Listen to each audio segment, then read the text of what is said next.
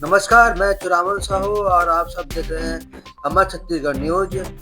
आज आम आदमी पार्टी के संगठन ने पहले राउंड में आरटी के तहत जो एडमिशन हुआ है उसको लेकर आम आदमी पार्टी के संगठन ने दुर्ग कलेक्टर से मुलाकात की है और लिखित में शिकायत भी की है कि जो पहले राउंड में जो नोडल केंद्र है उन पे जल्द से जल्द कार्रवाई करे ताकि सेकंड राउंड का एडमिशन चालू हो सके और जिन बच्चे को जिनका अधिकार मिलना चाहिए, जिन बच्चे का अधिकार है आरटी के तहत उनको उनका अधिकार मिलना चाहिए। आइए क्या कह रहे हैं आम आदमी पार्टी के लोग, हम देखते हैं और सुनते हैं।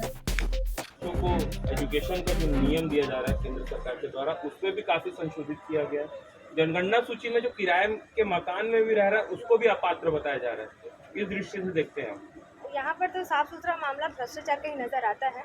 आप सभी जानते हैं आरटी के तहत उन्हीं बच्चों का एडमिशन किया जाता है जो गरीब हैं, जो बीपीएल सूची में जिनका नाम दर्ज है। और इसमें भी जो जनगणना की सूची में बीपीएल और एक सामान्य क्रम में 2 वर्गों में बांट दिया गया है। बीपीएल क्रम में ये संशोधन किया गया है कि अगर जो किराएदार हैं वो कच्चे मकान खपरेल वाले घर में अगर रह रहे हैं तो उनके बच्चों का एडमिशन किया जाएगा, और जो ठीक ठाक घर के कंडीशन में रह रहे हैं उनके बच्चों का पात्र माना जा रहा है। तो यहाँ पर भी भ्रष्टाचार साफ सुथरा नज़र आ रहा है और ऐसे मामलों में भी कुछ बच्चों का एडमिशन हुआ है और कुछ बच्चों का एडमिशन नहीं किया गया है। तो इसमें सबसे पहली चीज़ हमारी जो बीजेपी की सरकार है वो चाहती है कि छत्तीसगढ़ के जो बच्चे हैं वो शिक्षा की दृष्टि से पिछड़े रहें ताकि उनके ऊपर क्वेश्चन मार्क ना आए, इसलिए उनको शिक्षा के स्तर से हटाया जाने का प्रयास किया। आपको मेरा नाम हितेश्वरी बुद्धू, लोकसभा अध्यक्ष आम आदमी पार्टी। पूरा नोडल तक फैला दिया है। एक बच्चे को आज अगर स्कूल में अगर हम पढ़ाई का देखते हैं तो 3 से 4 हज़ार रुपये महीना लगता है और पूरा 12 साल अगर उसको पढ़ाई करनी है 12वीं तक के तो लगभग 6 से 7 लाख का मसला आ जाता है, एक परिवार के ऊपर बोझ आता है। उसको लेकर 25% की जो छूट आरटी में दी जाती है उसको अब इन्होंने जो शिक्षा के जो व्यापारी हैं जो इसमें लिप्त हैं इसकी जांच का विषय है। बिलासपुर का प्रकरण में अभी जांच का आदेश निकल गया आज की तारीख पे। यहाँ पर भी इस तरीके के हमने 7 से 8 नोडल केंद्रों को चिन्हांकित किया है जिसमें कि अनियमितता पाई गई। अब यहाँ पर जो अनियमितता साएँ हो रही है उसके बारे में मैं आप लोगों को और मैं बता देता हूँ कि हम शुरुआत करते हैं आरटीई के पोर्टल से।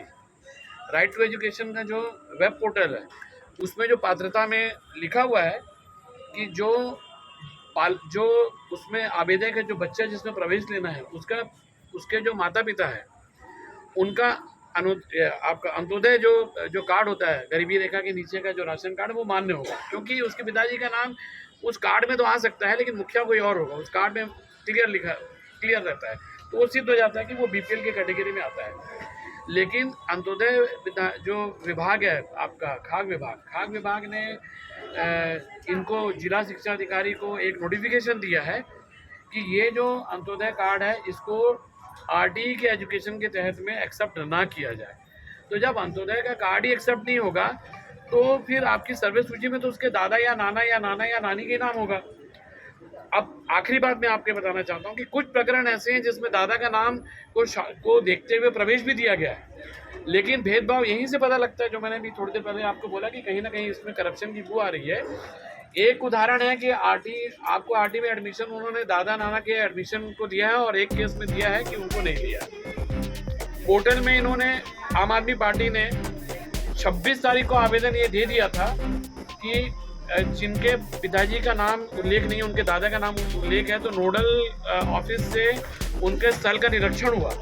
निरीक्षण में पाया गया कि वो पूरा परिवार एक साथ रहता है, बावजूद उसका पोर्टल में अपडेट नहीं किया गया। और 26 तारीख को आम आदमी पार्टी ने आवेदन दिया कि आपका पोर्टल में अपडेट नहीं है, उसको 30 तारीख तक निकाल दिया और लॉटरी में इनकम्प्लीट ही रहा और उस आवेदक का नाम लॉटरी में आया नहीं।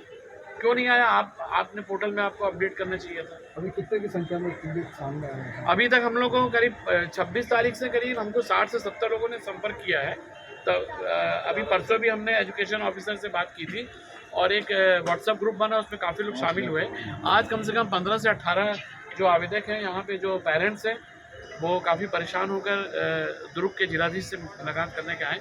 हमें उम्मीद है यहाँ के जो कलेक्टर महोदय जी हैं, अगर उन तक ही हमारा वीडियो आप लोगों का जा रहा होगा मैं निवेदन करता हूँ, हमारा डिमांड ये है कि अब जो सेकंड राउंड का होना है और ये जो राउंड हुआ है उस राउंड में कम से कम जो हमने चिन्हांकित किए नोडल ऑफिसर्स को, उनके प्रवेश को, उनकी लॉटरी सिस्टम पे रोक लगे, उनको होल्ड करें और दोबारा उस चीज़ को, पूरे प्रकरणों को गंभीरता से देखें। शिक्षा को ये जो है, जो कागज़ की त्रुटियों से या भ्रष्टाचार के नियत के लोगों के साथ में इसको उनके बलि ना चढ़ाए। आपको परिचय दीजिए। मैं दविंदर सिंह भाटिया, आम आदमी पार्टी। पार्टी का जो पावर है ना, ये इनके लगाने का ही पावर इनको है करना। उनका काम सिर्फ प्रोसेस का है। मतलब जैसे खान विभाग का बोल देते हैं काउंटर किसका, प्रॉपर्टी का बांटने का है, उसका बेचने का, बांटने का सारा काम खान विभाग का। तो यही ऑर्डर करते हैं, यही रिजेक्ट करते हैं, यही रोके करते हैं। पिछले बार भी कार्रवाई नहीं कराई। अभी तो बोले कि मैं वापसी आपको देखूंगा, आपको जमा करूँगा। हम लोग उनके वो जो बगल में बैठे होंगे 5 मिनट